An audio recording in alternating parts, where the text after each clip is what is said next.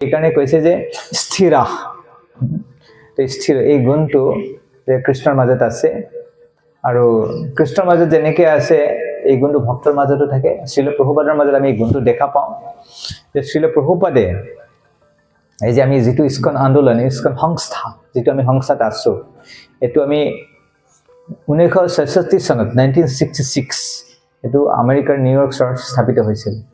পিছে ইয়াৰ যিটো বীজ অংকুৰণ, বীজটো ৰোপণ হৈছিলে, এইটো তাৰ পৰা 1966 চনৰ আৰু 40 বছৰ আগতে এইটো বীজটো ৰোপণ কৰিছিলে। কৃষ্ণ কৃপা শ্ৰীমূৰ্তি ভক্তি সিদ্ধান্ত সৰস্বতী ঠাকুৰ শ্ৰীল প্ৰভুপাদ মহাৰাজে এইটো স্থাপন কৰিছিল।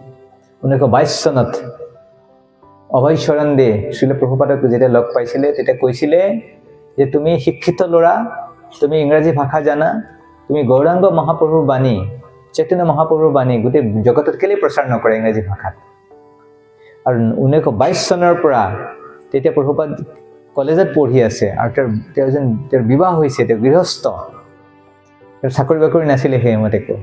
তো 1922 চনৰ পৰা কষ্ট কৰি কৰি কৰি 1922, 1933, 1944, 1955 আৰু 1966 চন, 40 বছৰ পিছত ইস্কন স্থাপন হৈছে। আৰু ইমান বছৰ বুঢ়া হৈ গ'ল প্ৰভুপাদ, কিন্তু মনৰ সংকল্পৰ পৰিৱৰ্তন হোৱা নাই।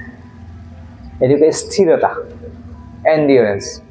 কিন্তু কলিযুগৰ মানুহৰ মাজত এইটোৰ অভাৱ আছে, মানে কি পটককৈ লাগে, এতিয়াই কৰিলোঁ এতিয়াই লাগে, এতিয়াই গছ ৰুলোঁ এতিয়াই ফল লাগে, আজি চাকৰি কৰিছোঁ আজিয়ে কোটিপতি হ'ব লাগে। ৰিচেণ্টলি এজন ল'ৰা আছিলে, আপোনালোকে জানে, ট্ৰেডিং কৰি কেনে তাৰ বয়স এতিয়া 25 বছৰো হোৱা নাই, সি কোটিপতি হৈ গ'ল। কোটিপতি হ'ল কেনেকৈ?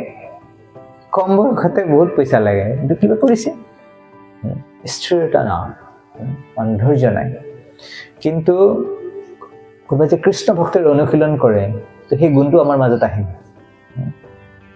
যিশস্তি ভক্তিৰ ভগৱতী একিঞ্চনা সৰ্বে গুণিস্তত্তৰ সমাসতি সুৰাহা। তো কৃষ্ণ ভগৱানৰ যদি ভক্তি কৰে প্ৰামাণিকভাৱে, যেনে নিজে মনে গঢ়া ভক্তি কৰিলে নহ'ব, কিন্তু মই যেনেকৈ ভাবিছোঁ তেনেকৈ কৰিলে নহ'ব।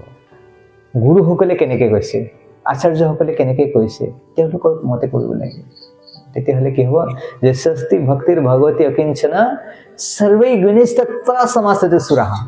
যিমানবিলাক ভাল ভাল গুণ লাগে, যিবিলাক আমি ইতিমধ্যে শুনিলোঁ আৰু যিবিলাক শুনিবলৈ বাকী আছে, এই সকলোবিলাক গুণ আমাৰ মাজলৈ আহিব।